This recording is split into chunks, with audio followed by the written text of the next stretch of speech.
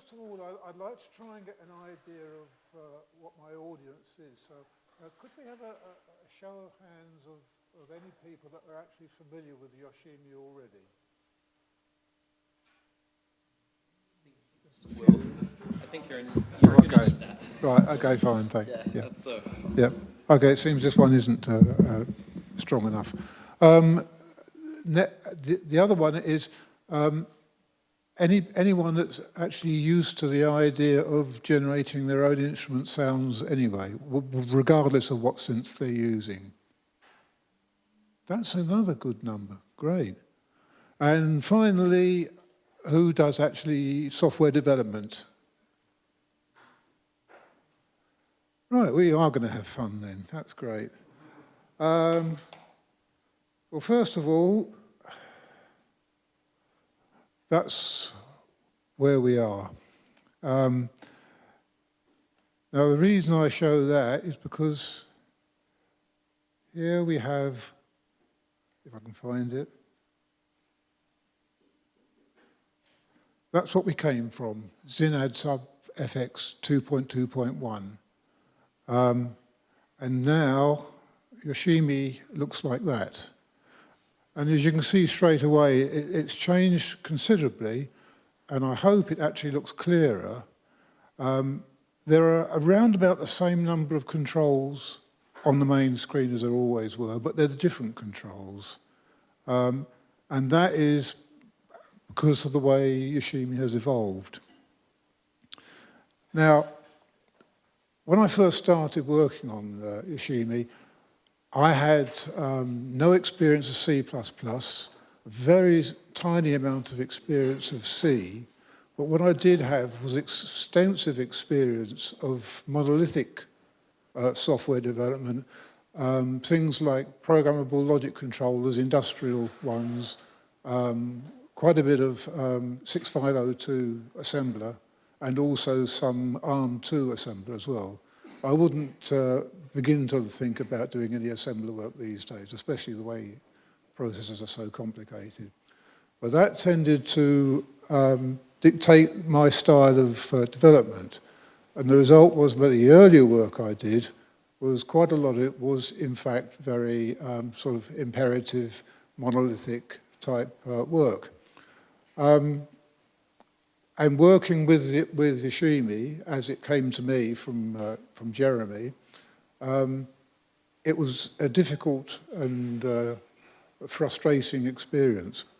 But what I did manage to do was develop a sort of control model, which is getting a bit out of date now, but nevertheless, that's more or less what I came up with to try and isolate graphical controls, command line controls, and all the rest of it from the actual core of the processing itself, of the processing of audio. And I came up with this central structure here, and this is all this part here is all the part that is actually in the real-time thread. The rest of it is all synchronized in some way, or it's in buffered, and here some things are directly accessible, but they're outside the main audio thread, so they don't hopefully interfere. It's not perfect, but it does in fact work. But central to that was the idea of having a, what was actually quite horrific at first, was a series of massive switch statements. Now these were using numeric entries initially, but eventually they got replaced by labels, enum labels, which were then within namespaces. So they were becoming progressively more isolated.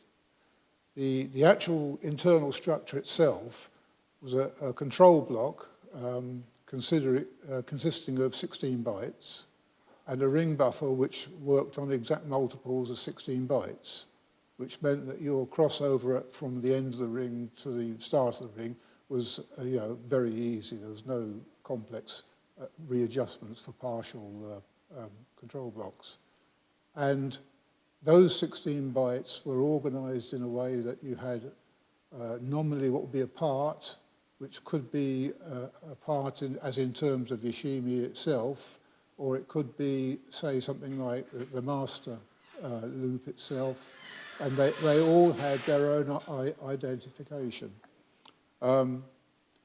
This also meant that I ended up producing something which is highly frowned upon these days, a very large globals file. But that globals file is all static values. There's no variables in it of any sort. So again, although it seems sort of very much un-C++, it does in fact work and it is reliable. The main beneficiary of that is the command line, because the command line works very closely to it. If I now go instead run from the command line here,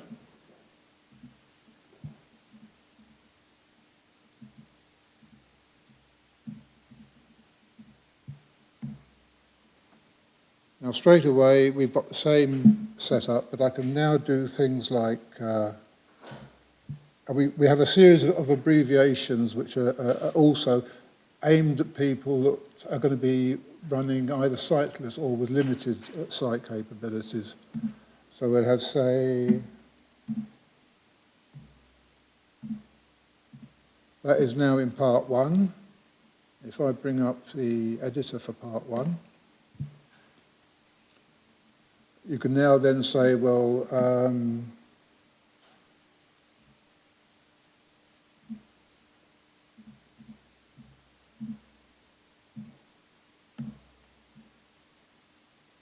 right, and if I now look at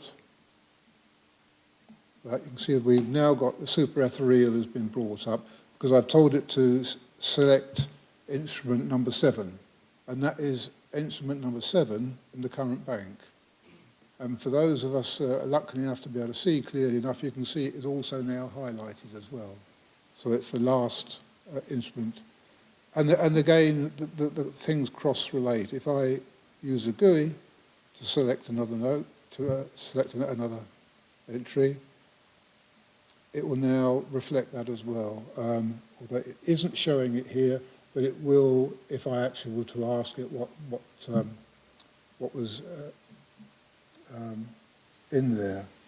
So if I type, say, list, it should now, always gets you back, doesn't it? Right, it's now telling me what I can list, and I want to list the parts. Right. And it should have said,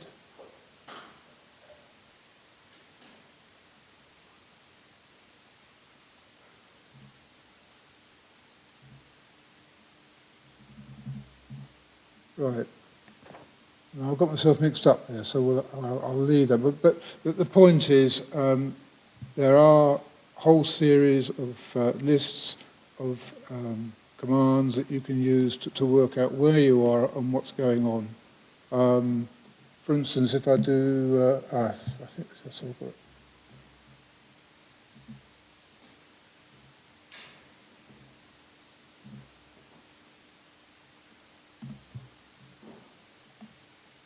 Right, that's now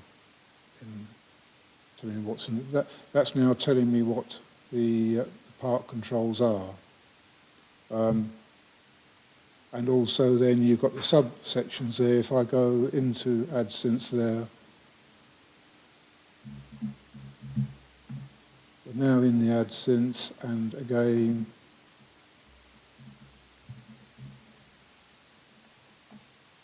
You now see what the AdSense controls are. And you can then edit whatever you like within that. For instance, again, I can go S20, and straight away the panning has been set to 20. And as you go up the stack, the actual line compresses so that you're not having a massive, great long line of every single word. it's showing P1 plus, which means it's on part 1 and it's also actually active at the moment. And then it's saying that it's in AdSynth, and that is also active at the moment. If I were to disable AdSynth and then do the same again, it's showing now that we're in AdSynth, but it's not active anymore. What I want to do now is actually drop from that and go back to purely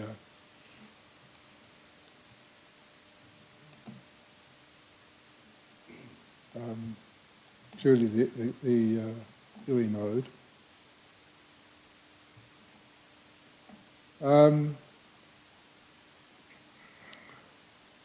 One of the things that presented a very severe problem was the fact that we have progressively increasing resolution on screens, and therefore the windows on Yoshimi became smaller and smaller and smaller. So at the last LAC, the online one, I mentioned the fact that we were starting to arrange user-definable rescaling of the windows. There was one area which presenting a problem was the file manager. And the reason that was presenting a problem was because FLTK, which is what we're using here, will use whatever the system file manager presents, and that is not editable in any way at all. It's got certain controls of its own, but we can't integrate that with Yoshimi. So the only solution was, in fact, for us to create our own file manager, and then we could do so in a style which is relevant to Yoshimi, and also make it so that it only recognize files of the type that Yoshimi can understand. There's no point in displaying anything that Yoshimi doesn't actually understand. So if I now say I want to load an external instrument, there's the file manager there, and at the moment on the directory I'm in, there are no instruments. But if I go back up there, and straight away there's one there. You've got your directories, fairly sort of normal standard style, and you've then got the files that you want. If you're in a directory which has got lots and lots of subdirectories, you won't be able to see the files without doing a lot of scrolling. However, we can deal with that just by doing that. And then now you're only seeing the files that are relevant, you're not seeing any directories.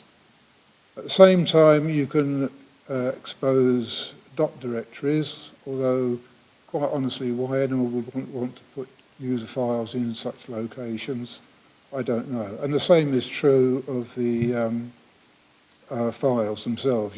They could have been put in dot places, but I can't really understand why anyone would want to do that. Each file manager window reflects what it's actually dealing with. So for instance, if I were to look at a state file and go there and look for something in there, you'll now see it saying quite a different thing. It's saying path to states and so on like that. There are other exceptions. There's one particularly with banks of instruments. Come back. With banks of instruments, if you want to handle those, somewhere, right.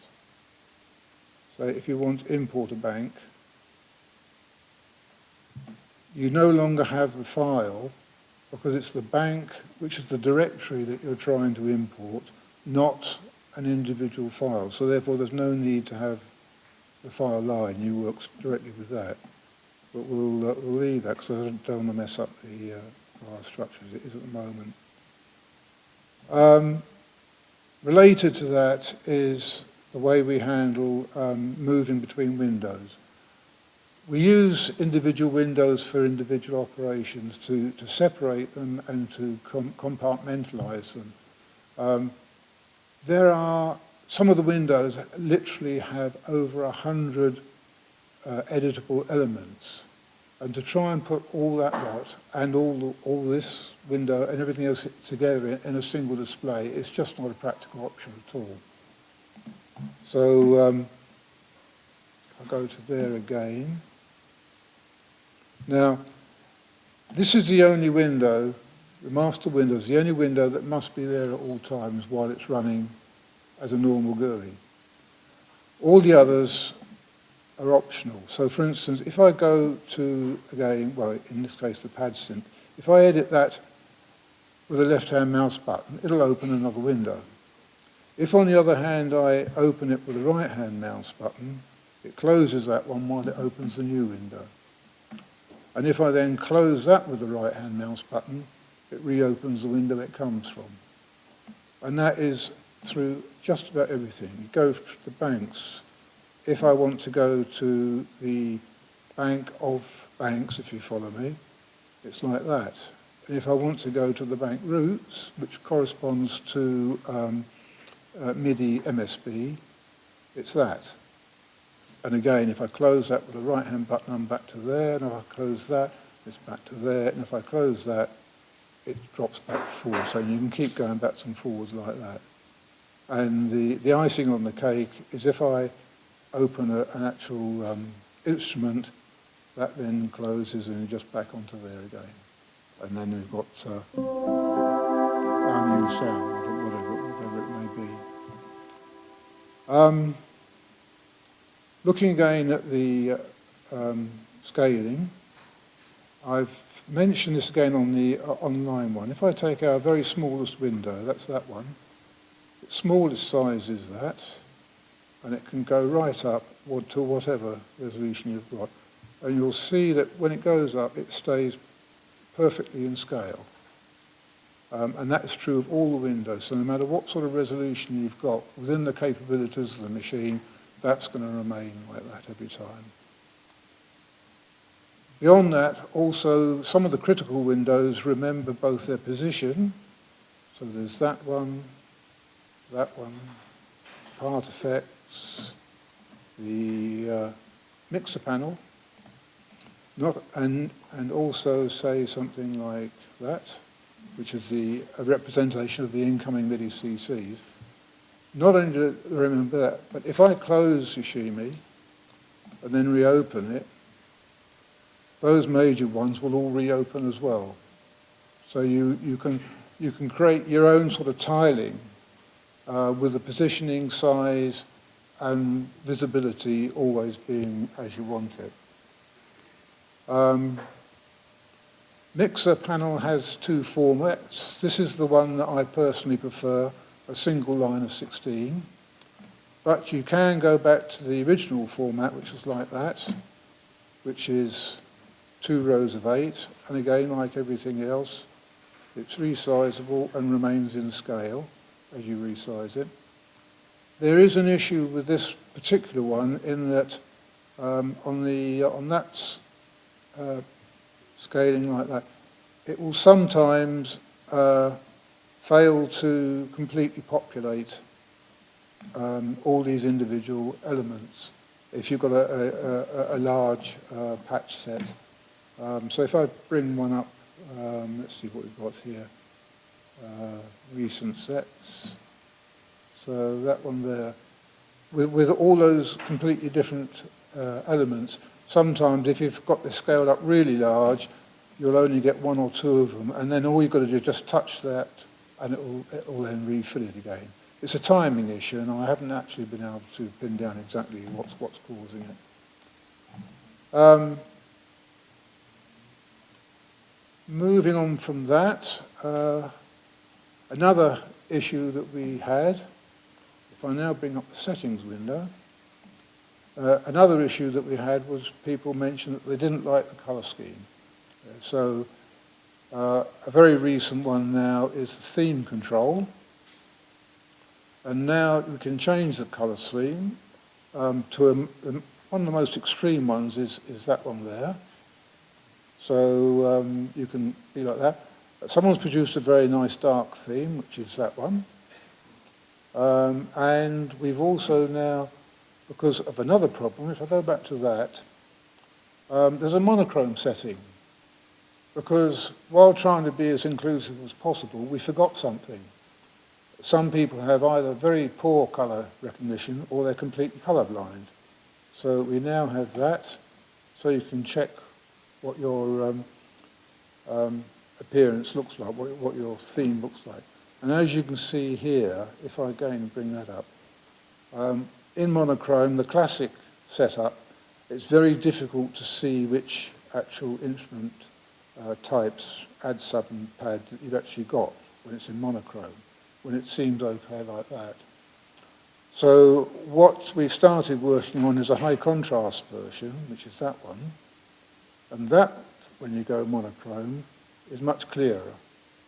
But it does actually show up sort of things that are very easy to forget, but are relevant to some people.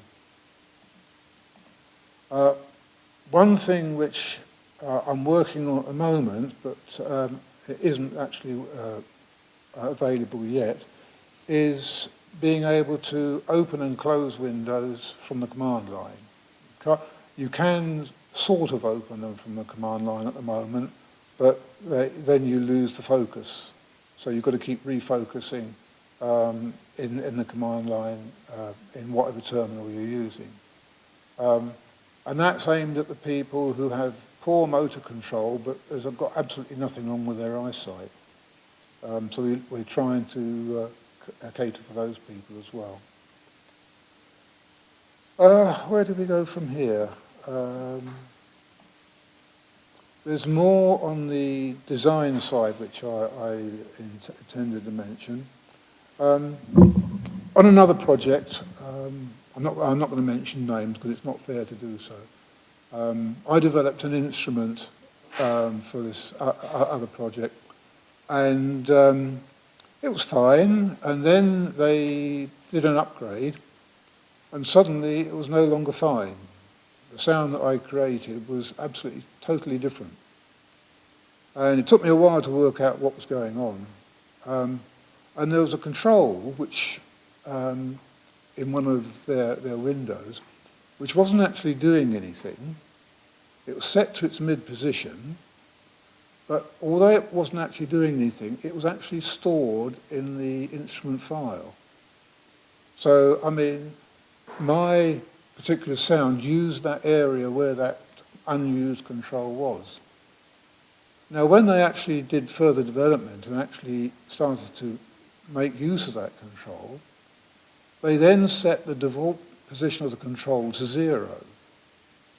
So I load my instrument I produced, which was expecting to have an unused element, and now suddenly it was a used element, but my file had it at the mid position, where the default position should have been 0. So it sounded totally wrong until I actually wound the control down to 0. Then it sounded okay. When I commented to the developers about that, the answer I got back was, we didn't think anyone would want to do that. Now, as far as I'm concerned, that is absolutely not an answer. If a control can be used and it is tweaked, if someone can do it, they're going to. You must allow for it. And that's something we're very, very conscious of here.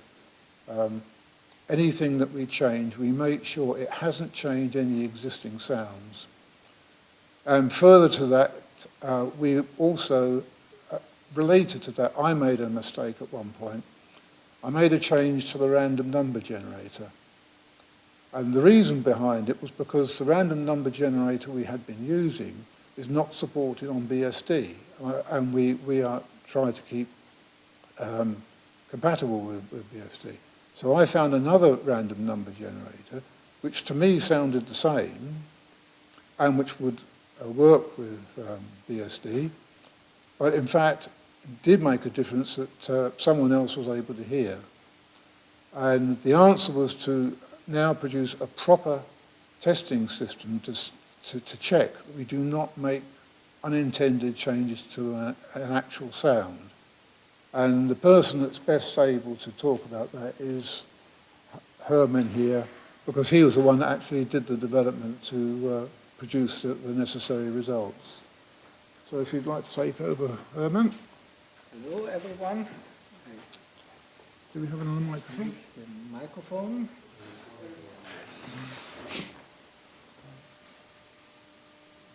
Thank you. Hello, everyone. My name is Hermann Vosseler. I'm from Germany, from southern Germany, from Munich, actually. And quite some years ago, actually, Will introduced me to Yoshimi in Mainz. I wasn't even aware of the project, and I attended his workshop there, and so I got into that rabbit hole, yes. And Will, you mentioned already that we have quite a lot of subtle sounds in which we can produce with Yoshimi. That might be so surprising for an engineer, but there's a clear reason. When we produce sounds, we try to get much richness into the sound. And that causes often that we go into areas where you wouldn't go as an engineer. As an engineer, you would try to drive every algorithm in a range of its parameter where it's safe and stable. But in sound production, we often just do that, violate that rule. And we go into areas where a filter just is about to start to ring, and any such stuff, we go into the boundary cases. And that often means that we amplify very, very fine numerical elements, and you can hear them. And I think that was the reason which we worked out with the random number generator. We both liked the new implementation of the Jenkins. We used one of the Jenkins algorithms. It's beautiful. I think just 20 lines of beautiful C. It's really it makes your developer's heart bounce, and you smile because it's so beautiful, and it has a very, very long period length. So it has very good quality, but then we started to hear in this instrument and that instrument, it just felt slightly different. And just if you as a musician, if you play it, you know how it does and how it reacts on velocity and it doesn't feel right. So at the end we said we cannot do that. There are musicians out there, they use the instruments, they use them for years, they have old settings, old patches. We must guarantee them that their work remains stable. So in the end we ended up that we picked the old implementation from the lib standard C++ from the GNU implementation, which is quite widely used. It's called a trinomial random generator, and it has some additional banks of whistles. You can set additional states. I removed that. So it was, in the end, it was not much larger than the Jenkins and has the same performance level. It has not so long sequences, and we took that code, we extracted it and put it in tree, so that now all platforms have the same number generator. And that was the starting point for development where I engaged, because the random number generator is very central to the sound generation in Yoshimi.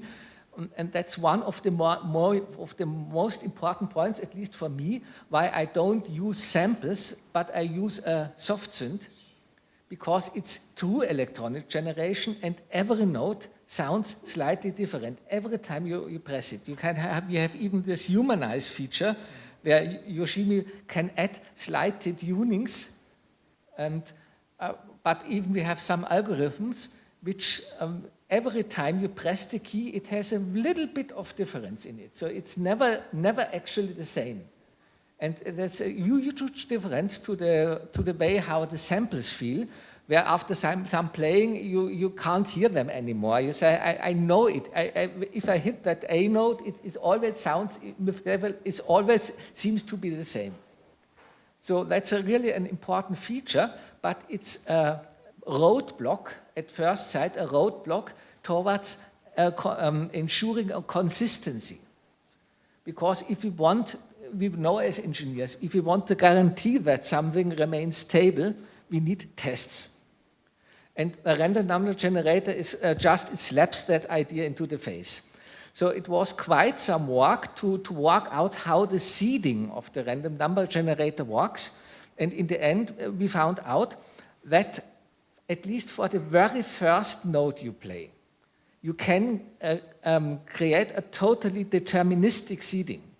So we have built in a hook which has every of the random number generators. Actually, as you can expect, it's like a blockchain. It's a whole tree of linked random number generators. And we seed them all with one deterministic value. And then we had a lot of tiny cleanup work in the, I think for weeks I chased through the code base to find all those points where we have tainted state, where we have state carried on from some previous setting, which was not cleared out. So there was a lot of tiny rearrangement, and after that, we are now in a state where the very first note which you play is 100% deterministic in each and every aspect to the last bit. So that was quite. It seems an outsider who's not a programmer cannot imagine what it means, but for us it was very important, because now we are in the situation that we can at least have one single note in a single thread, which we can 100% reproduce. Of course, it doesn't work totally. That's what we expect. We have numeric problems, we have roundings problems, but that we can overcome that. We can use an average over a window, and we can use the dB numbers so that we can measure the difference. And if the difference is below some threshold, then we can be sure that it must be probably number dust. It's very interesting. I found out a lot about how floating point numbers work. You probably know all that web page, what every developer should know about floating point numbers. If you don't know it, Google it. You should read it, yes. And okay, so for example, there is a setting you should, for this kind of work, you should set a compile flag that the compiler uses the native tuning and native architecture code for that CPU.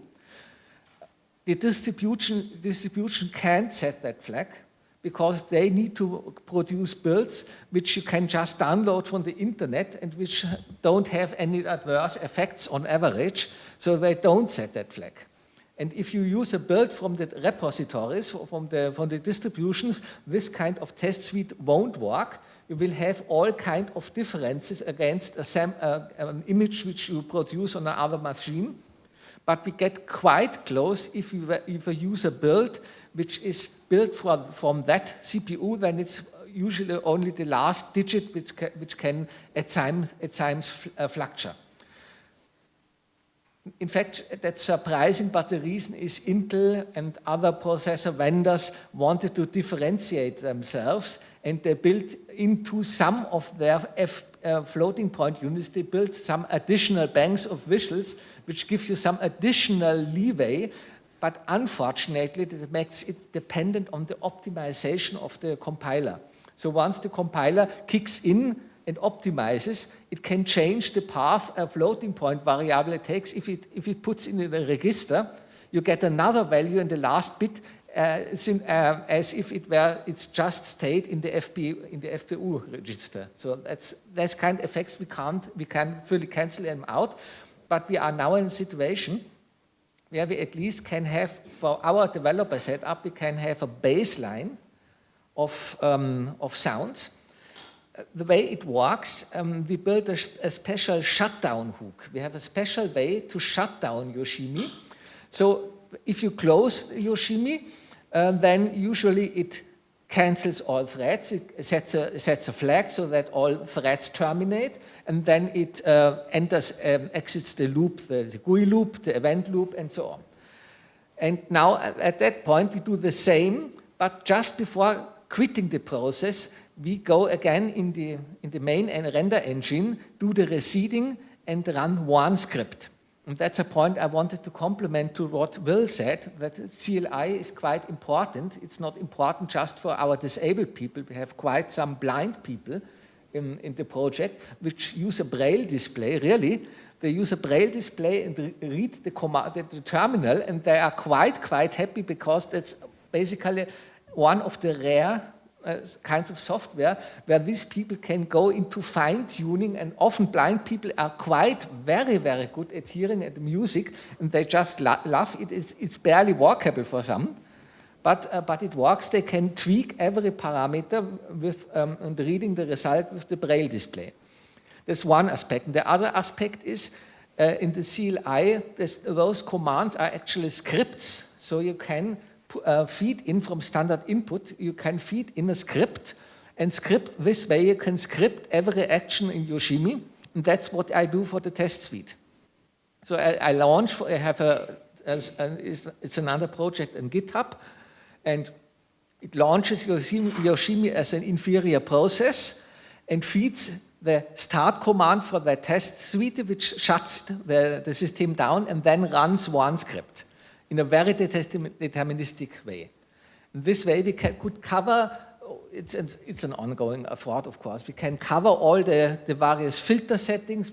I think we have already 150 test cases where we go through the filter settings and the velocity settings and ähnliches, and then you make short sequences of nodes and can check that. And it's really reassuring if you go in there and start refactoring somewhere, and then afterwards you run the test suite and it comes out clean. And if it does not come out clean, we have now a really good test setup, because you can build the old build, you put in some dump statements, you use the new branch, you put in the same dump statements, you run the test, you get an endless dump of numbers, you can diff that with a diff tool. And we can trace where the point, we can often trace down where the point is, where the numerical difference was introduced, because it's really searching a needle in the haystack if you have done some refactoring work, and it can often be really surprising things where you mess up something which could be, and then you go into focused listening tests, of course. I used an ABX tests to be sure that I am really hearing something and not making it up, because that's all in the sound area. Everyone has worked as a sound engineer knows that effect. That you can work for a day and fine tweak a track, and the next morning you discover that it was muted all the time. I think every sound engineer had that experience. Your brain often, your fantasy goes often on its own trip. So it's very important to use ABX testing in such a case to be sure that you really hear a difference. But if it's there and if you can nail it down, then you can maybe build a special instrument to show and demonstrate that it's relevant or it's not relevant. In many cases, we then decided by a listening test that it's not relevant and that we do not have to report it, then that we can fix or accept the change. So that was an important step ahead. Yeah. Thank you very much, Alan. Taking a slight diversion from that, because we don't want to have too much heavy-duty stuff all the time. Something which we've been developing over a considerable length of time is automation. This starts out fairly early on with simply being able to use MIDI to set up various things and to make changes. And so you get something like, something quite simple. If I reset that completely back to the standard, and then run this little beastie. Now that is loading in patches. And I'll actually have the settings window shown. The reports window shown as well. There's actually reporting there what it's doing as well. And if you're working from the command line, then that would appear on the command line. instead of in that window there.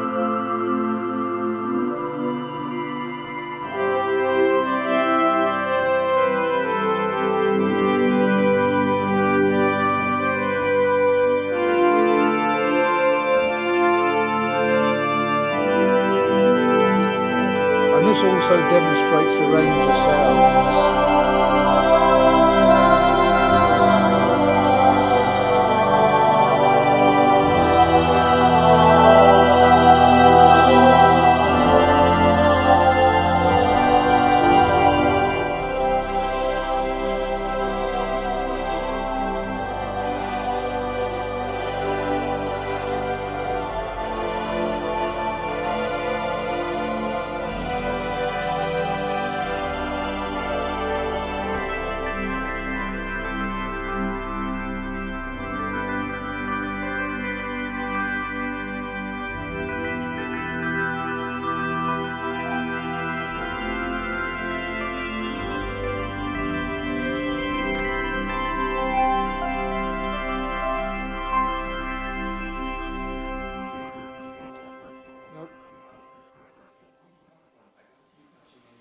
That's actually using a play MIDI. No, it was. I deliberately did that running from a play MIDI to demonstrate that it is right at system level that it's working. So anything that's sending MIDI in, that will be able to pick up and it will run. Now, right at the end there, we got 1X run, although it wasn't audible. And that would almost certainly have been on tunnel piano causing that, because that's a very complex sound. And it would have been the loading of it that created the X run rather than the playing of it. Because there's obviously, it does take a finite time to load a complex sound. You can get round that by loading well in advance in a fairly quiet part of the music, but I didn't want to do that because that's cheating, really. And again, you're seeing straight away what all the individual tracks, what parts of the engines are being used. There's been a lot of recent development on the underlying code to remove areas where we were doing some rather naughty tweaking inside the main core from external places. That's pretty much all been removed now. There are still one or two places where the GUI is reading values at times when it probably shouldn't really be doing so. There is a routine whereby the main core processing will block any incoming reading commands until it's run its one period of the main process, and then it will allow them to operate. And that's only for one, there are just literally reading one value. Anything that's actually doing any modification is going to be done by disabling the part, going into a ring buffer, performing the operation that's needed, and then reopening the part again. And that part closing and reopening is done at the very start of each audio period. The result is that all the calculations that are done within that period either have that part enabled or it's not enabled. So anything changes that are being made to the part through later periods will not actually be registered because the part has been disabled for that period. 9 times out of 10, that will operate silently. You won't actually be aware that it happened at all. Occasionally, you might get a slight discontinuity, but you won't get an X run from it. It will be just a slight discontinuity. Another thing which actually was done quite some time ago, it was work that Christian did. Almost every control that you can operate is now real time. So if I take, if I clear that down again, and that reset process is been changed as well. The reset process, first of all, fades down the output sound, then performs the reset, and then restarts reconnects the sound again. That way you don't get any loud clicks or pops and bangs when you're doing a reset. Right, so if I take, let's see now. Let's pick an instrument which I like very much. Oh, and that's another thing. So many things, you have more than one ways of reaching. I could have reached that by using these bank settings here, but I chose to use that list form instead. But if we take that sound there,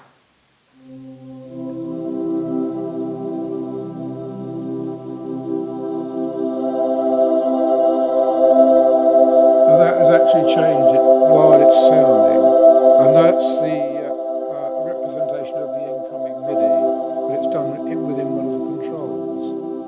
At the same time, what I could have done, I could have gone there and I could have done, say, where are we?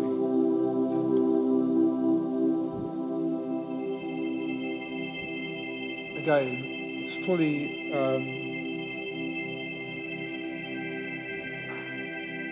no discontinuity on it, completely real time.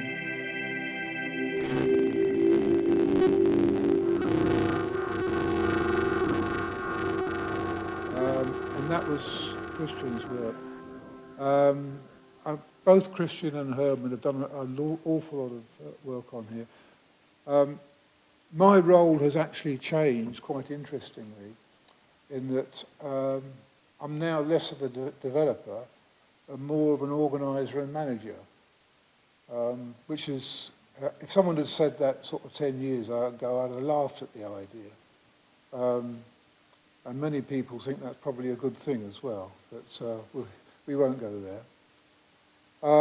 I've just noticed actually, you can see there that there were quite a few X runs came through when I was doing that, which is disappointing. I'm not quite sure why they appeared because I wouldn't have expected it. But yes, rather a lot. I think we'll clear those for the time being. It's not a good look. I will investigate to try and find out why that happened. But it was only when change in making substance changes. The subsynth. Yeah. The subsynth is quite complicated. Yes, it is. Yeah, I appreciate that. Usually you can only have one subsynth voice. Yeah. And if you have two, you get difference. Yeah. It's very sound. Moving on from that, two features which have now been fairly recently put together.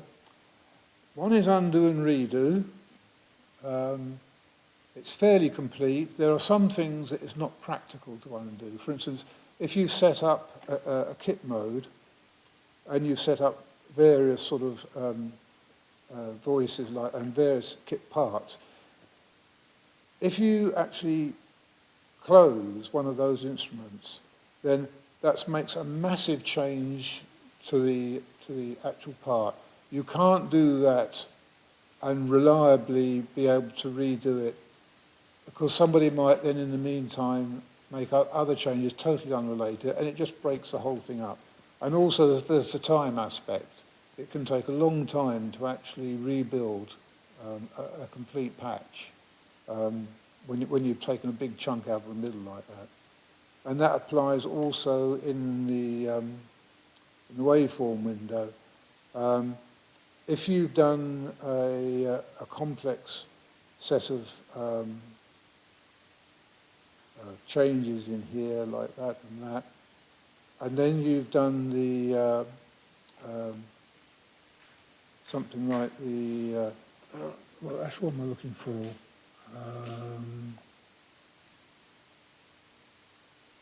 Right, no, sorry, I've gone slightly wrong there. Let's change that to the power waveform and then do that. Now, there is a control here, when I can find it, There it is.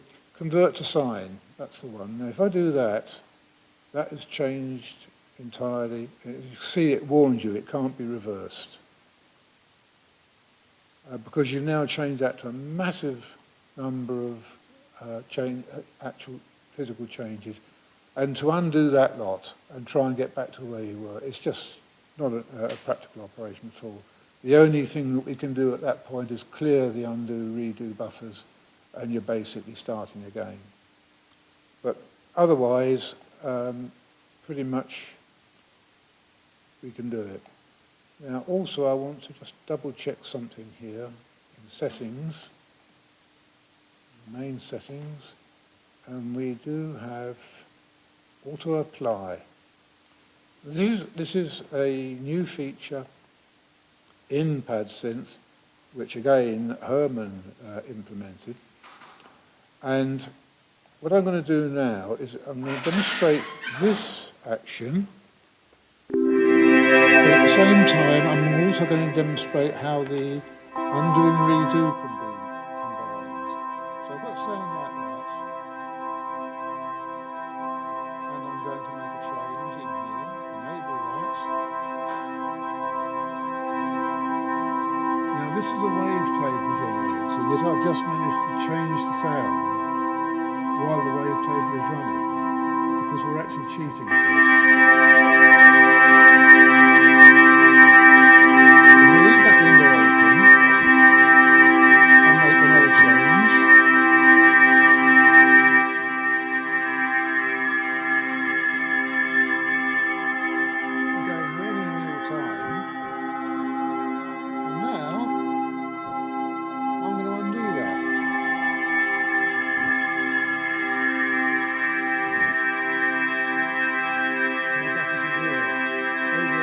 Defined period of time determined by the time on the crossfade. And I can then, if I want to, I can redo it again.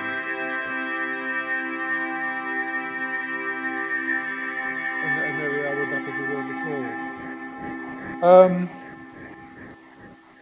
Related to that is a re-trigger operation.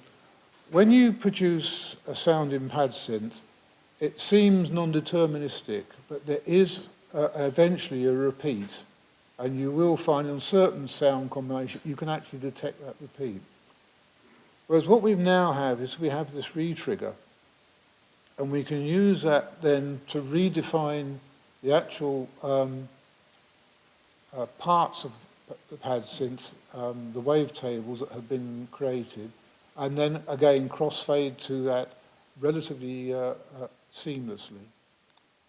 Again, Herman can give more detail on that. Yes, I want to supply some details to that, because we have quite some techies in here. What basically the PadSynth does, it's a granular synth, but it uses a not so well-known backpath. It doesn't generate individual grains and sum them up, but rather it goes into the spectral domain, and there it widens the spectral lines, and then it does a Fourier back transform to get a perfectly looped wavetable. And maybe we can even just shortly demonstrate that if you clear the instrument.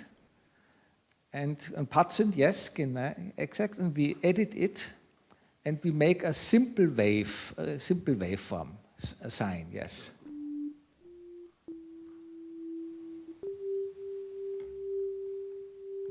So if you turn the bandwidth totally down to the left side, now we have a classical sine.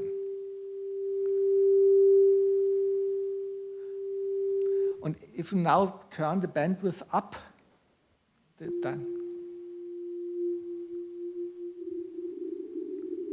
we get into granular domain. Because what we didn't show you here, because it is always auto adjusting that, we really widened the line to a Gauss shape, or we can even define here more complex shapes. We can have side bands to make chorus-like sounds. That's the idea. And that's, of course, building all that Fourier back transforms. Another thing is we have here several, you can see where our base note is and how much wavetables we have per octave, so that the sound is in every part of the octave is slightly different. So depending on the settings here, it's a massive amount of Fourier transform work which happens behind the scenes.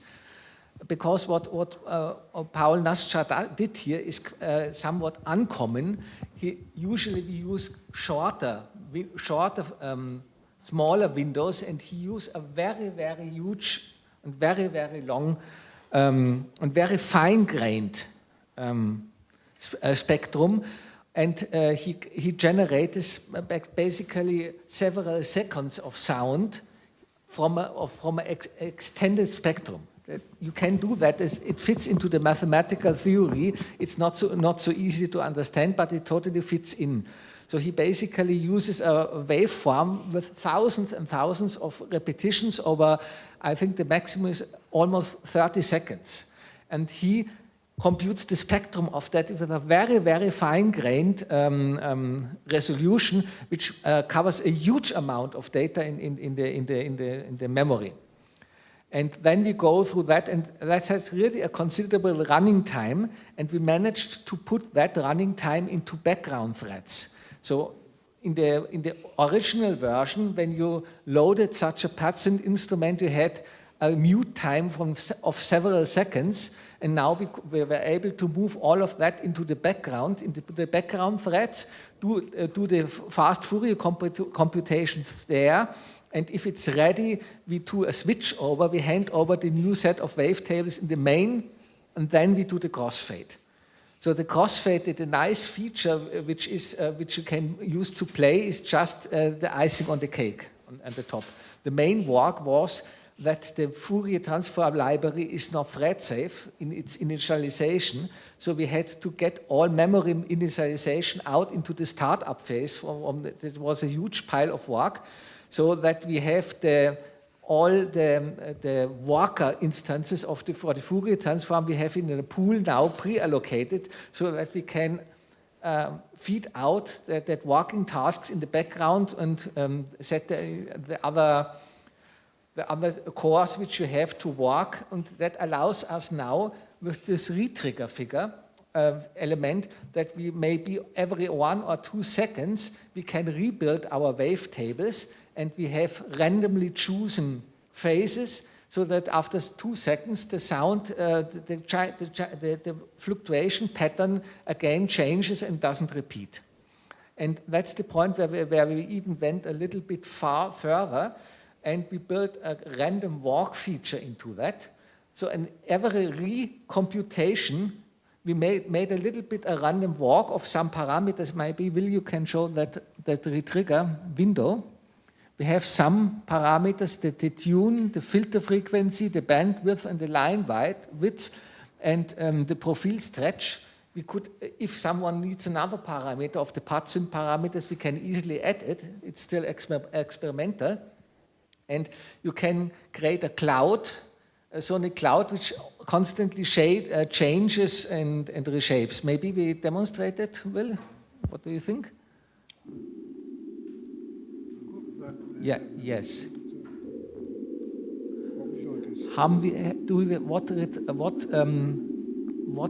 Yes, the retrigger, yes. We set it to 2 seconds or so. Yes. Now you see at the blinking yellow window, and every 2 seconds we rebuild our wavetables. And now you set maybe the random walk parameter for the bandwidth to a large value to demonstrate it.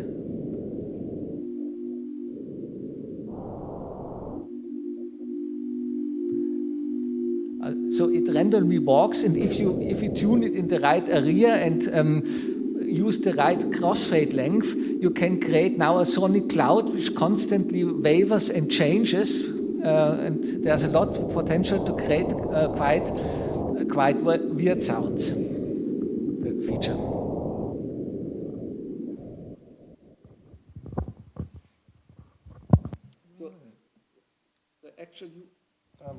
The actual use case for me was a little bit different. I wanted to introduce very, very minute changes. But you can also use it for this kind of sound effects and pads and all kind of stuff. I think it's quite a fancy feature. Thank you again, Herman. What I'd like to move on to now is our implementation of MIDI Learn. Now, if I can find it, there's one particular composition which I'd like to use as a... Oh, I'll get the right... one particular composition that I'd like to pick up. And which demonstrates this quite well. Where are we? Rose Garden. Running from Rose Garden, which happens to be my default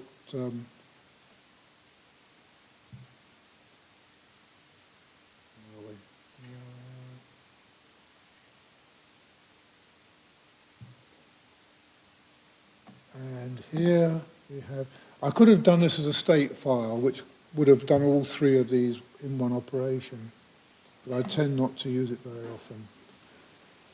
Now what I've done is when I actually built this up, I cheated. I used the mod wheel to perform all the actual individual variations on each track. I had all the complete tracks already there, but I selected one of them at a time and then MIDI learned the actual controls that I wanted to use. And you end up with a result which can be quite dramatic.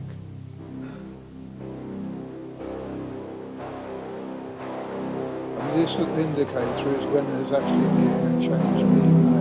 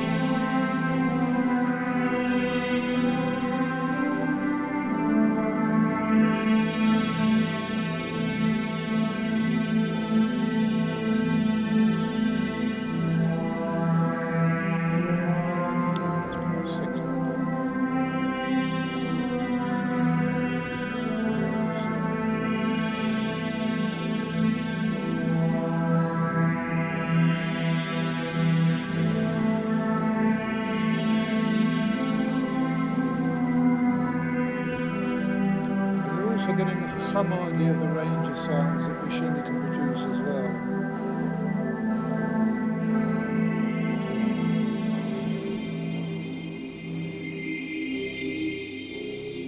I'm going to skip a bit further forward actually. So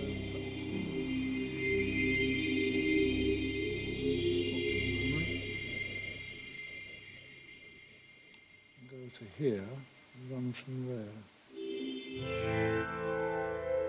You see the same controls being used to operate all these at the same time. Filter cutoff, LFO depth on the absinthe LFO depth, and the MIDI expression as well.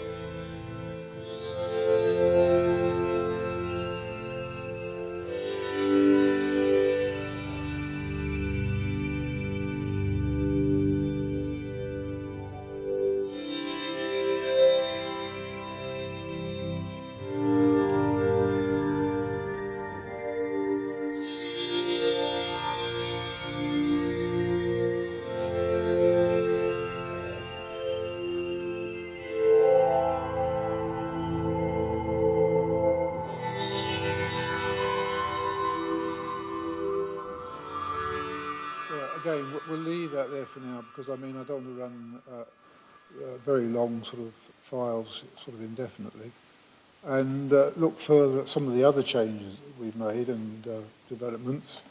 And there's one which I'm thinking of if I can find it. There's so much stuff that you end up sort of not being able to remember all of it. And notice this has been coming up a few times. This is a new feature that we've added. If you're going to do anything that might damage a part that you've changed but haven't actually managed to save yet or forgotten about that you've changed, so you'll get a warning like that. You can ignore it and just say carry on, or you can then abort the operation and go back to that part. You know which one it is. It's parts 1 and 6 have both been changed. So you know which ones they are. You can then re-examine those, save them if you want to, or just ignore them. But we're going to ignore that because what I'm going to do is I'm going to try and find a particular file that I saved somewhere. And I've saved it somewhere really safe. One thing I've been particularly trying to do is improve Yoshimi's handling of percussion and getting percussion files that will actually demonstrate this. And there's one that I produced a while ago, and it's down here in the S's. It's that one. This is 100% machinery.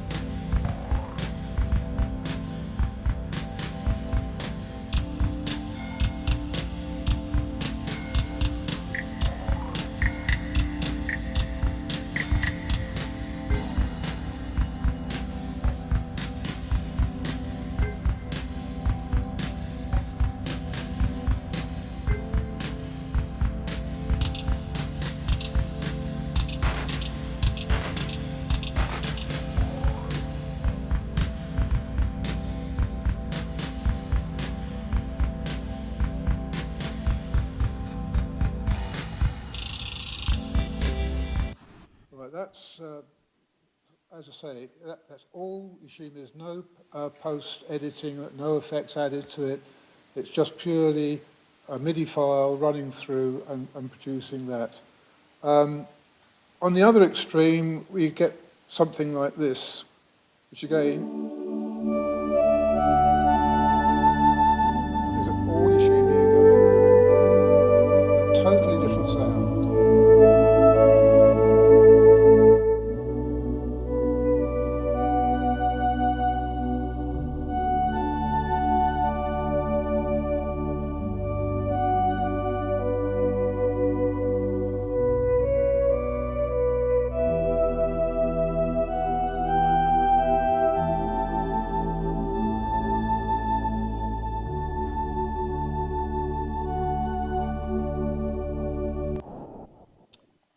One last one, in just demonstrating, is this. This was part of a competition, and I wanted to try and fool everyone into not realizing it was me and also not realizing it was Yoshimi. And just one person actually pegged it straight away. But in a sense, I'm not sort of surprised because he actually uses Yoshimi himself. So.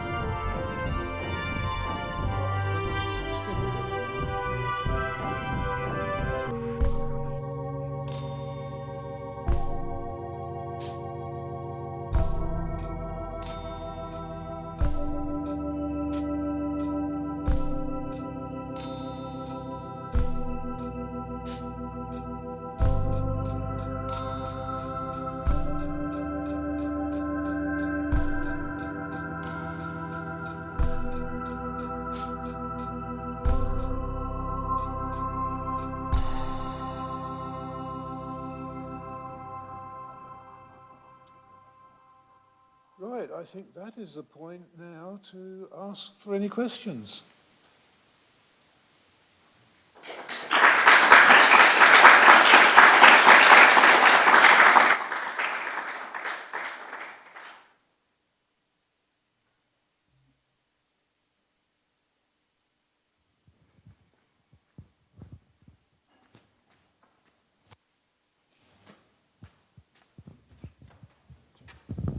Hi, thank you for the presentation.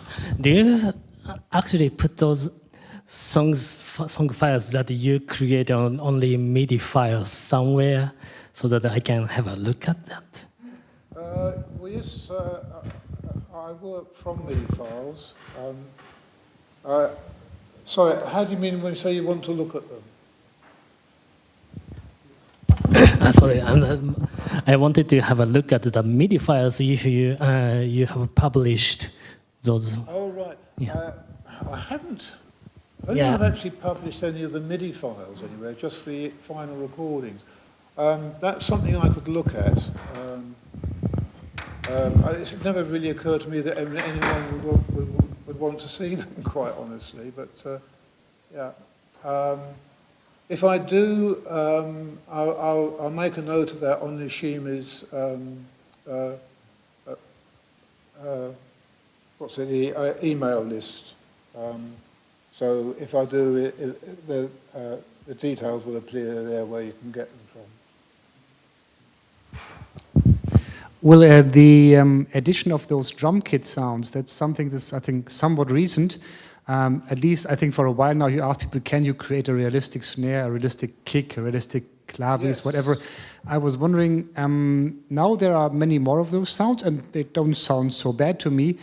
Did that require some changes to the code? So are there some recent features, and only these made it possible to create semi-realistic drum sounds, or have those features been there all the time, and only now people are starting to find out how to create drum sounds with it?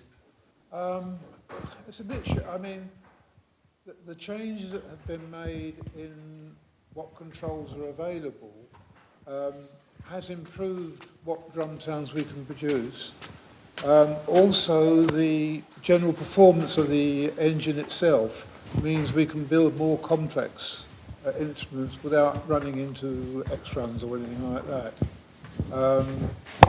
So yes, we are getting better results than we would have been able to previously.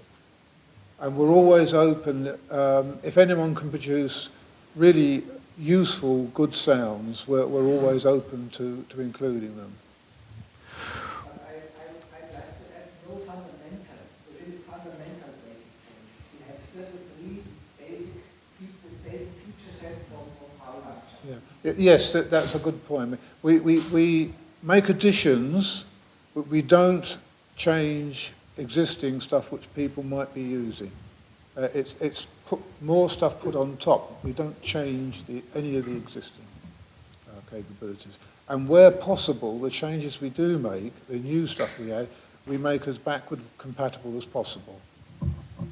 When you are showing the undo-redo part, in the middle of the undo-redo part, you're changing the transition time, like how long it takes for the crossfade. Yeah. And that wasn't undone when you did the undo-redo again. So are there any indications which part of the undo-redo system and which controls are not affected by undo-redo? Yeah, so that section is experimental. We haven't actually included all of that as yet. And there's, as I said at the time, there's some things we simply can't undo. It's just too computationally expensive to do so. I'd like to add to that, it's really a lot of tedious detail work. You have to hook up everything to make it undoable. You have hook up everything and mark it with the right IDs and anything to make it MIDI learnable. You have to do a lot to make each control scalable. It's really, I want to stress the fact that it's really a huge amount of work, and this will put that work in to make all that happen. And it's hundreds and hundreds and hundreds of individual controls. The code base is hugely complex, and it's easy to miss a little bit. So we are very glad if someone detects such a thing. Please make a bug at the GitHub. No, it wasn't. It wasn't intentional. It was probably I have just overlooked it. Okay. I thought like it's intentional to keep the crossover time not undoable while you want to undo, redo the sound changes only. So you might have two different undo, redo stacks, like one for the sound settings and one for the control settings. There are two stacks as the undo and redo are separate stacks, and they transfer from one to the other. Also, something which I didn't mention, which I probably should have done, is the undo is also intelligent in that if you make a lot of control changes on a single control, only the last one is actually stored when a note sounds. If you make lots of changes across different controls, then again, as soon as you move to a different control, the previous one is current position is saved. That saves having an awful lot of unnecessary storage where you're just twiddling about the file and you haven't actually decided where you want to put it yet. We try and apply as much background intelligence as we can. You mentioned accessibility.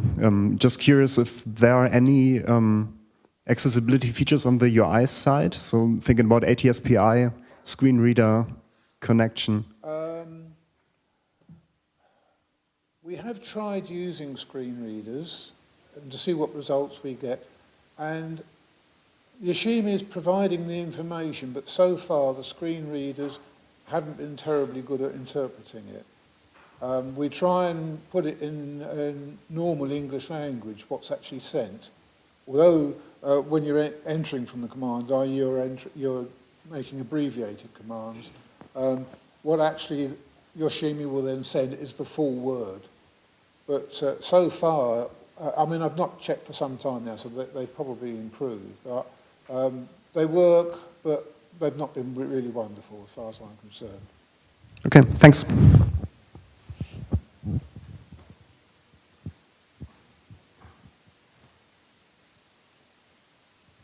No more questions?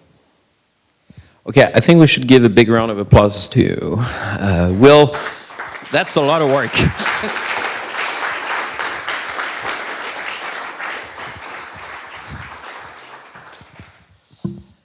Okay, well, it's the end.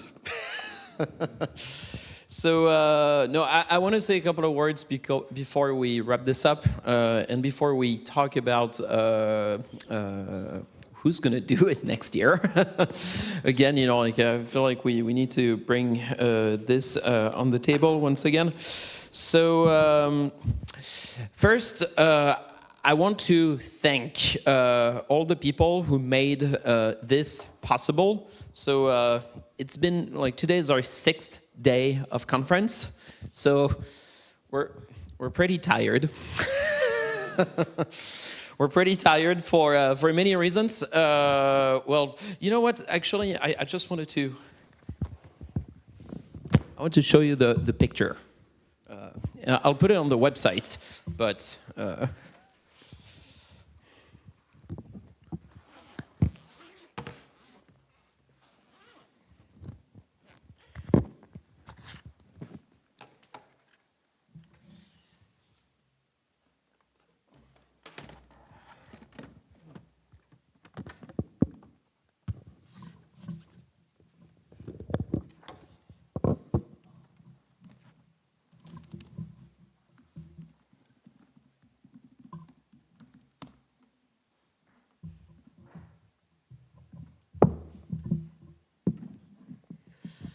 Yeah, so this is how it started. And and then this is how it ends. So So yeah, like I'll put the picture. There is a bunch of pictures, you know. Like actually, many of you sent us pictures. You know, we'll make sure that they are available on the website so that you can actually see them. But yeah, again, I need to thank a lot of people here for making this possible. So first, our main partners for organizing the event. So INRIA, which gave money for this, INSA, which gave money for this, and also basically allowed us to use all the facilities for free, which is nice. And Graham, which played a central role in the organization of the event. Stefan was central in that because without them, we would not be able to have streaming equipment to organize concerts in the conditions in which they were organized. I don't know if you noticed, but there were a lot of tech people involved. We didn't pay for those. Graham did, you know, and so it's only, you know, thanks to them that things went so well on that front. Another person that I want to thank is John Grenzo. He's not here, but he acted as a music chair for this. You know, like so he managed to put together a music committee which didn't really exist anymore for LAC. You know, and so we got like solid evaluations for the music that was presented at the conference, and so that was nice as well. Then we had a lot of student helpers for this event. So student helpers meaning PhD students, master students, some undergrads as well, and also people within our team who invested time for free to be here. And so I think it's important to give a somewhat exhaustive list, but yeah, Matteo Olivo, Thomas Rushton, Pierre Cochard, who's been sitting here for basically a week, you know.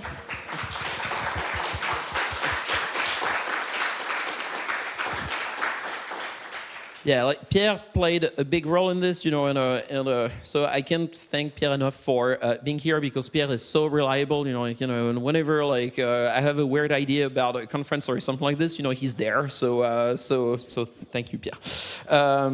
Rémi Guillotte was also very present. Louis Ledoux, Lucas Duc, Simon Jacquin, who's sitting here, Axel Chypre, Théo Cantaloube, and Benjamin Quiedeville. Where is Benjamin? So I also give a special thanks to Benjamin.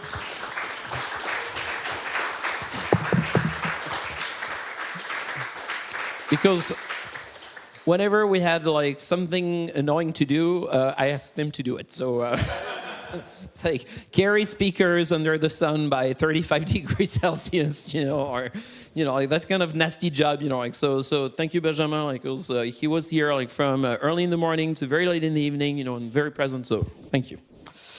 Yeah, and then like the whole Graham team, you know, I'm not going to list everyone because there are so many people. So yeah, thank you for being here and for all the great presentations. And yeah, and let's hope now that there's going to be another edition of LAC next year, which is something that we should talk about now. So before we do that, because some people actually asked me to do this, I just wanted to give you a couple of very practical informations about how we did this this year, you know, and especially because a lot of people ask me about that, like how much does it cost to organize Linux audio conference, you know, and where do you find the money for doing it?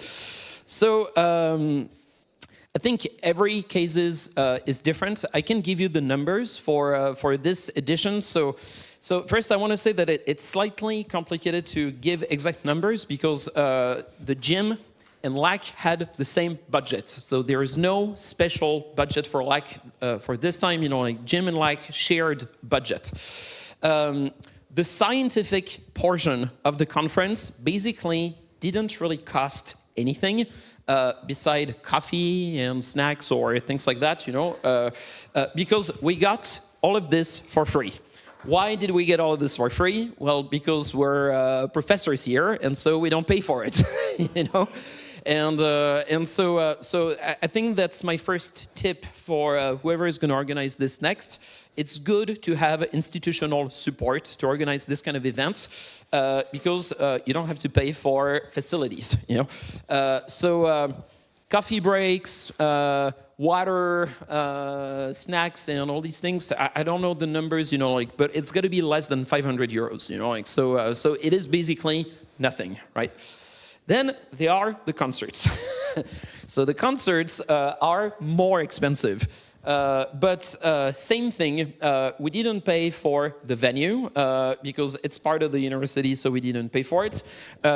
Because it's part of the university, they provided tech people there for free as well, because it's part of the university, so that also came for free.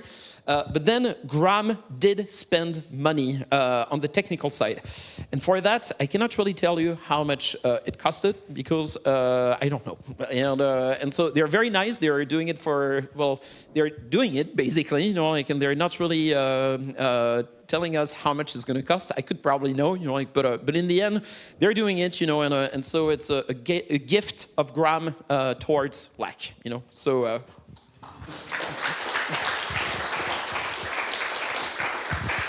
So, all that to say that it's impossible to give you a clear budget for this because we basically didn't really pay for anything. That being said, we got subventions for organizing Jim and LAC.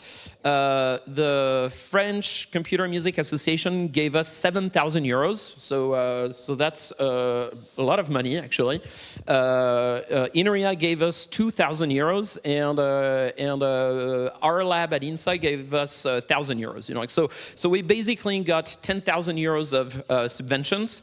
And this basically paid for some of the concerts at Jim, and some extras and things like that, like keynote speakers, that we invited. But in the end, there is a lot of money left, and that money is going to go to Graham because the concerts probably cost them a lot of money, basically, and when I say a lot of money, it's got to be more than 20K, and so they're gonna get the money to sponge up all the money that they spent into this, but yeah, so this is basically our model, and so yeah, do you have any questions? Thank you for organizing.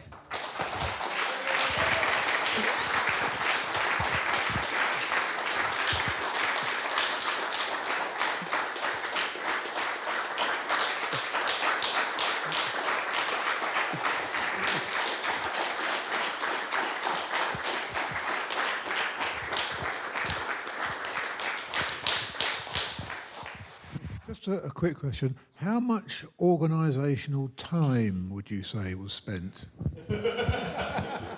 So that's a very good question. I don't know. I feel so in the team. So we're all like a big research team. It's called Emerald. We didn't talk too much about that actually throughout the conference, but. It's not the first time we organize conferences, and so I wouldn't say that we're getting used to it, but we definitely have experience, and I think the workload is not as crazy as you think it would be. For me, it was just like talking to people to make sure that we got this for free and the venues and things like that, and then like managing the. Oh yeah, I forgot to mention Pierre Lecomte played a very important role as well because he served as paper chair. So I think the key is to have a lot of people involved. For me, in the end, it wasn't that much work, actually, and compared to other events that were organized in the past. But it wasn't that much work because we shared the load of work, and so in the organizational team, I think we were like 5 people, and I mean, like, if you share this between 5 people, it's very, very manageable, we all have like a job to do beside that, and research and everything, So I can't really tell how many hours I spend working on this every week, you know, like, but it's not many, you know. So, but that's because we're used to it. The first time we did it, it was a lot. But yeah, I think this opens up the next question, which is there anyone interested? I can already tell you that we have a backup plan. I'm not going to give too many details about the backup plan for now, but someone came and I'm not going to mention who this is yet. So that, but this person was like, yeah, we can do it if you want, and they have like institutional support, you know, like, so it means that it's a viable plan. But if any of you wants to step in, you know, and be like, yeah, I would be really interested for doing that next year. I know there are many of you who are interested for doing that. Well, many of you, a few of you. For doing that like in 2 or 3 years, you know, like, but one thing that I just want to say is that I think if you want to do it next year, it's experience speaking here, like you need to be ready now, basically, you know, like it's not like, yeah, I'm gonna talk to someone I know at the university who might agree or not agree or whatever, you know, like I feel like you should be ready now because it takes a year to organize this kind of event. So.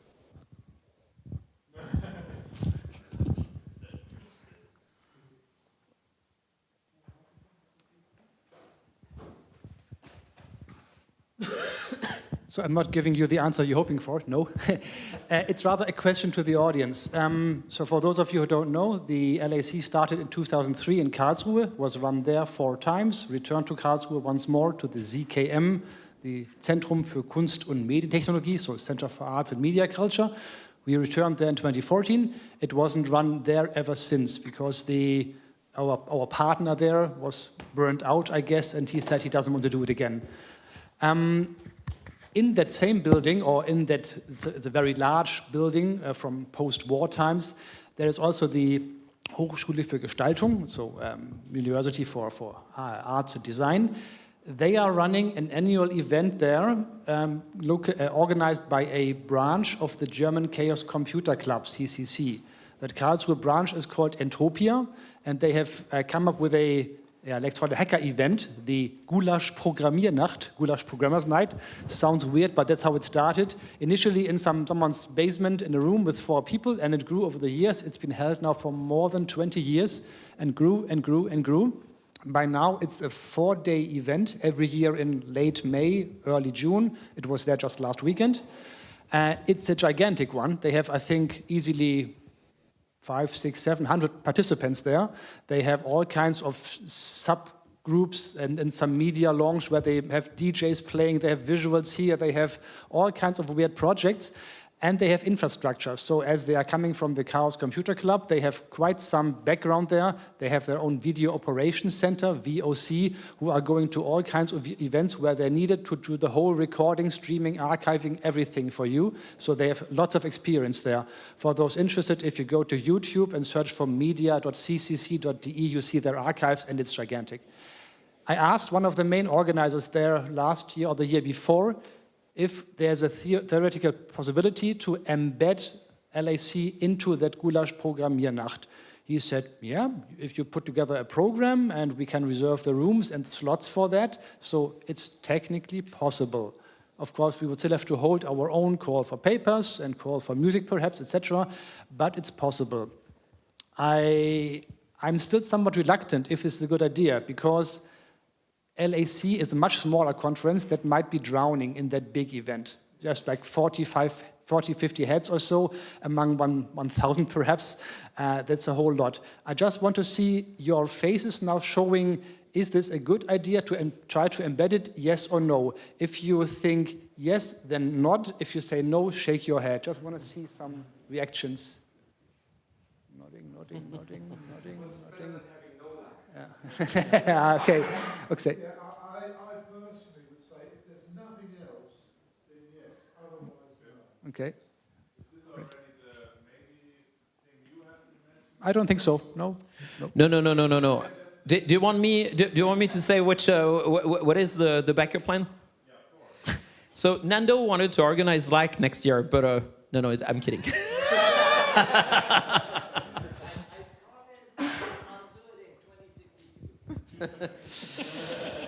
No, Victor Lazzarini told me that if there is no other option, they'd be happy to do it in Maynooth, in Ireland, next year. I think a man is here, and maybe he can speak on behalf of everyone here about that. But like Victor said that they. I mean, this would have to be confirmed in terms of dates and everything, but he said they can provide the facilities and they have the means to do it, basically. So that's the backup plan. Maybe a few more words still about Karlsruhe possibility. So if we'd say rather, no, not try to embed it into some other conference, but rather do it on our own, there is some attempt by myself. So the ZKM has many institutions in it. One of them used to be called the Institute for Music and Acoustics, IMA. Their head, Ludger Brümmer, was our kind of host in the first 4 years. He has now retired last year, and the institute was renamed to the Hertz Lab. And they have a new head. Her name is Tina Lorenz. I got to know her very briefly last year during that Gulasch Programmiernacht thingy. And I asked her if she would be interested, because some folks told me, go to her. She's like a nerd. She's a hacker from among us, and she might be interested. I tried to grab her, and she said, yeah, why not? Send me an email, and then let's discuss it over coffee, because that day she was terribly busy. I sent her an email. She never replied. So if I bug her some more, she might be interested. So I guess I will still try to talk to her. But this will likely then not be before 27. So this would be, if at all, only 2 years from now.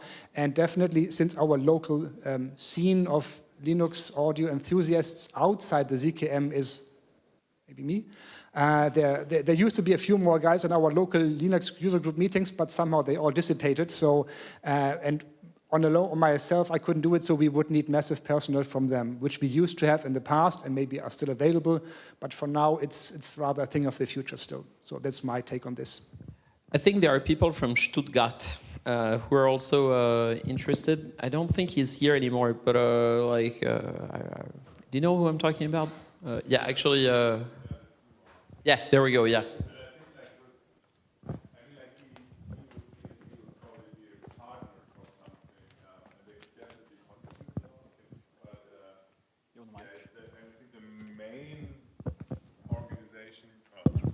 Yeah, I think the main unit should probably be academic, or yeah. That's it. Sorry. So I don't know what you guys think, but maybe like in 2 years in Karlsruhe, like maybe that would give you like time to, get things going, and make it like, yeah, Nando? Yeah, regarding how to do it, you said a lot. In our case, on CCRMA, we did it twice, 2012 and 2019. In both cases, the key was finding a power student that actually was the lead. Yeah, one is enough if it's the right one. The first time it was Bruno Rubiario, and the second time it was Romain. But for us, that was the catalyst, right? That starts the chain reaction, and that person has to be, like a power dynamo. And we were very, very lucky to have 2 instances, and in both cases, it came from them. So if you have students that are motivated at your institutions, you should, maybe float the idea, and maybe someone will step forward. I think Victor has one, actually. For me, because you say, yeah, Nando, I didn't do much. I didn't do anything. It was... well, you need to have someone who's pushing for everything. Yeah, it has to be a central person that also knows how to delegate and find others to do parts of the whole thing, because otherwise you risk burnout and going crazy. You don't want that. Should we maybe, is there a way to vote now for this and that, or is this something in this that this community does not do? Or do we have, I mean, everybody here could just vote, yes, no? No, I mean now for this getting embedded into the goulash thing or not, and then move on, or? So I think voting sounds good. But what are we voting for? Are we voting for having? Well, you don't want to do it next year, right? Like right, Frank, or like.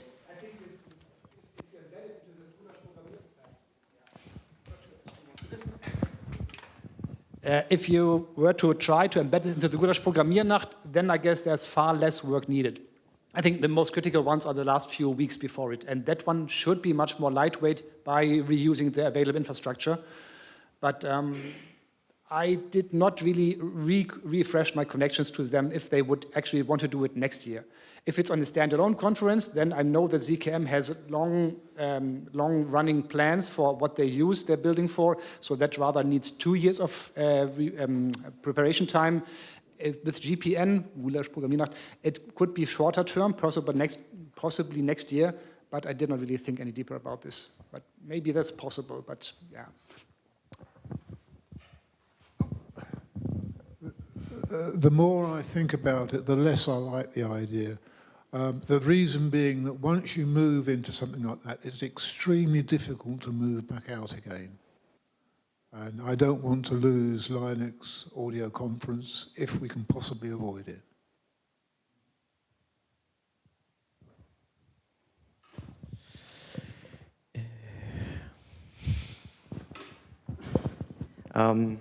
I can understand your point. Does somebody of you know FrostCon? FrostCon conference in St. Augustine, Germany.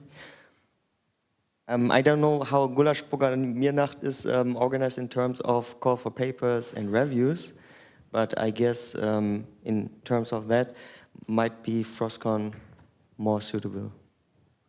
I never was contributed Okay. to VPN, so I don't know. I know that these guys do run all of the calls and papers and stuff, but how it works. Okay. I mean, in other conferences, not all of them, but some of them, they know like 5 years in advance where it's going to take place. You know, like so I think it's okay to. I mean, it's kind of a luxury to be able to say, oh yeah, we know where it's going to happen next year, and we have a potential plan for the year after that. So, I mean, if we vote for something, I'm not really sure what we're voting for. So. So Frank, you think because like if we vote and say Maynooth or Karlsruhe, like you think like Karlsruhe next year is valuable, like. So that means we have two options, right? There's two offers. Yeah. Yeah. Then and the other one, what's that? Labeled? Is it a hint or an offer or a? I think the other one is like pretty clear. Well, you then, know, like then it's pretty clear. Yeah. No. I think the other one is definitely like an offer. Yeah. So you want to vote between the two, right?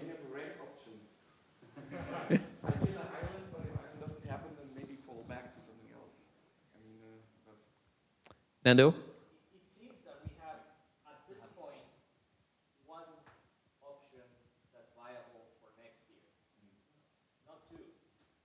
Because you said 2 years would be more. We're talking about the future, beyond next year, or if someone steps forward and says, you know, I want to do it next year, because I can't the year after.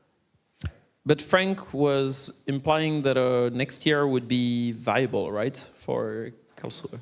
No? That might be possible, but really this is mostly in my head so far. Okay. So for next year, then we have only one option? Is it like, do we... There is a possibility for next year to host it in Seabase, which I am happy to sponsor as a Seabase member in Berlin. There is a big, nice sound system, enough space for having the conference, and we would be happy. And also the VOC of the Chaos Computer Club, we can also call for that and have streaming and everything. So that is a possibility, I guess. If anybody is happy to take over the paper, music, and other organizational aspects, I would be happy to sponsor the space, managing everything for the location from the Seabase side. So now we have now we have two options and a half.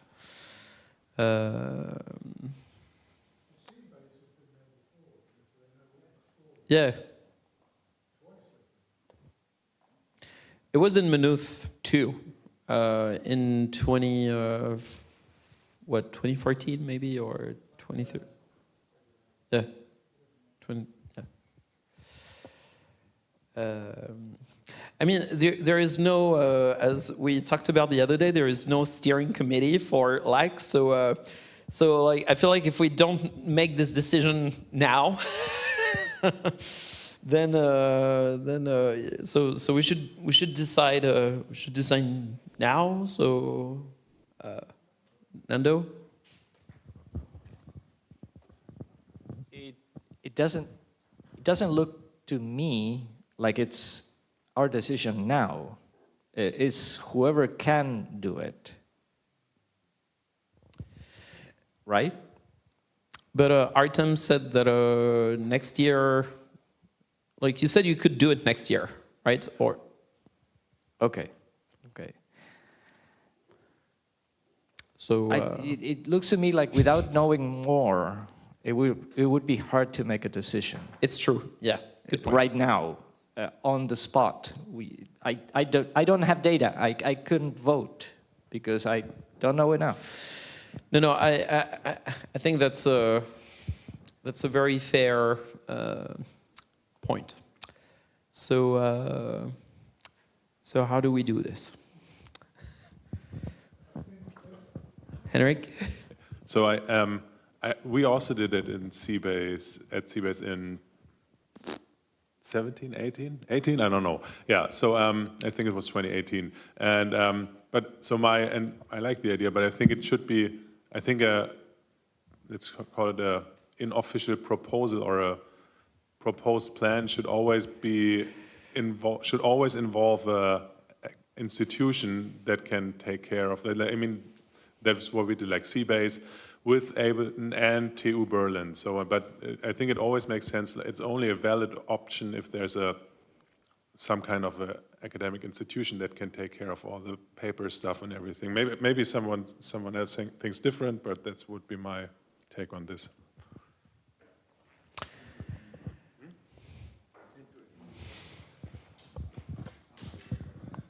Maybe to add to that, Hendrik, so we had the LAC once in Berlin, in the university, in the HU, I think, in 2007.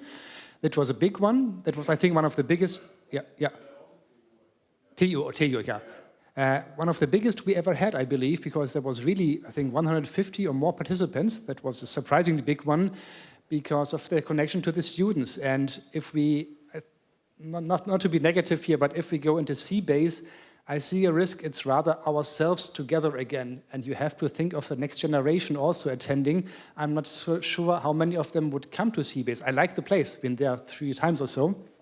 But having this in the university context, there is a better chance of also attracting young blood that we need at some point, I guess.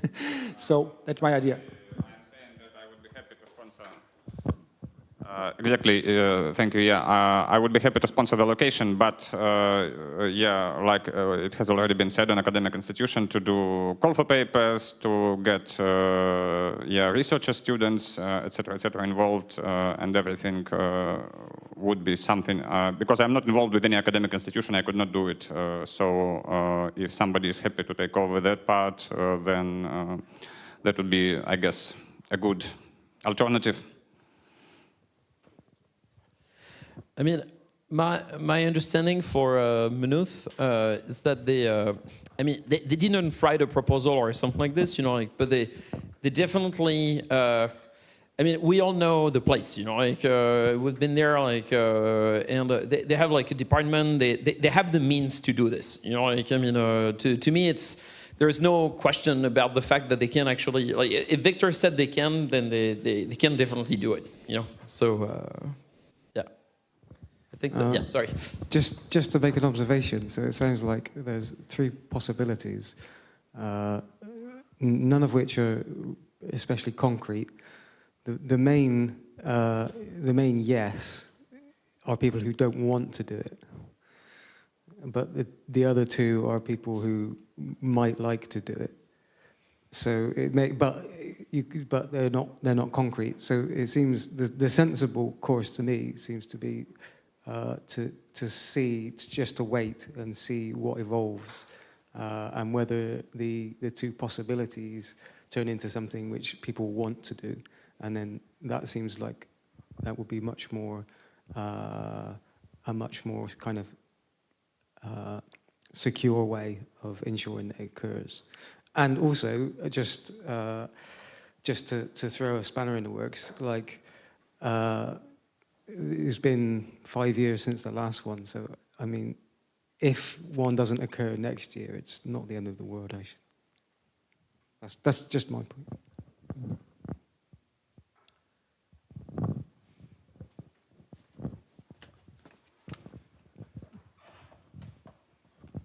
So one thing that to me seems one of the bigger problems right now, that there is no communication channels about it. So yeah, that's a good point. Yeah. So to me, the next step actually would be to create one. And I don't know, I've been involved in ICLC, in the live coding conference, in 2 years, or for 2 years. And there, for example, the tradition is whoever was involved in the organization becomes part of the steering committee later on. And then there's a steering committee that just propagates itself, basically, and I find that a pretty good idea, because it seems like right now there would be a good point to have some steering in that respect. I mean, there is a little bit of that in the sense that there's a mailing list of people who organized LAC, and it's called LAC-team. And so I think that's the closest to a steering committee that we have in a way, you know, like so maybe I don't know, like just to go in Nando's direction, maybe we can ask people to write a short proposal with a plan that they could submit to LAC team.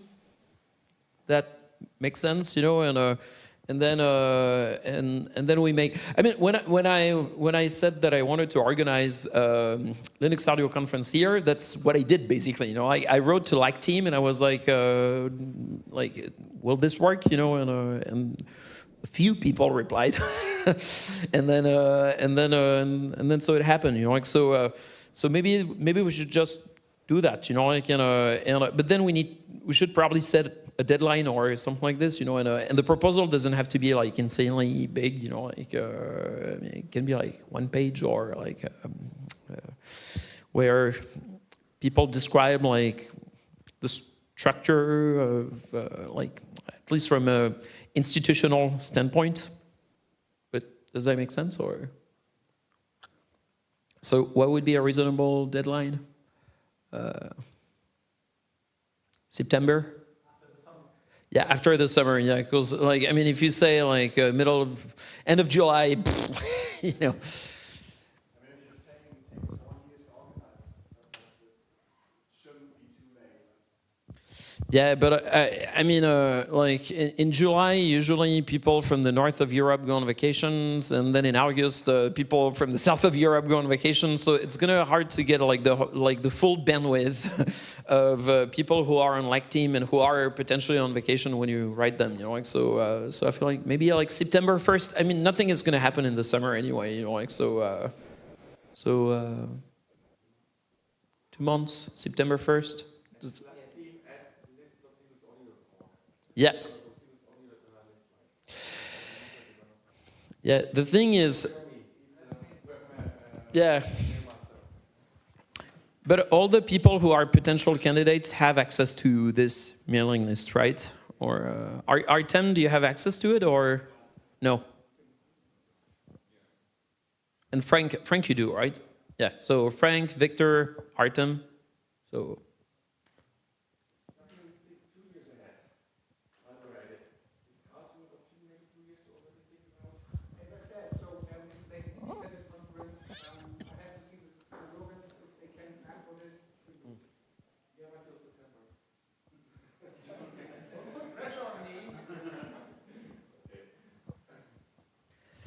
So September 1st?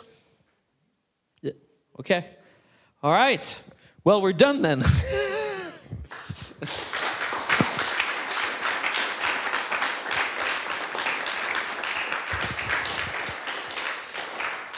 So thanks again for being here, and those of you who are going to the concert, again, you can eat there. It's gonna be junk food, you know, like, but you can. It's gonna be hard to find a reasonable restaurant open before 7:30 in France, you know, like. So, so I think your best bet is just to go there, and there is food in the club, yeah. Yeah, but it's not going to be necessarily good food, you know. Like, but you'll find food there, and it takes about 45 minutes to get there if you take the tram. So, all right, see you there. Thank you.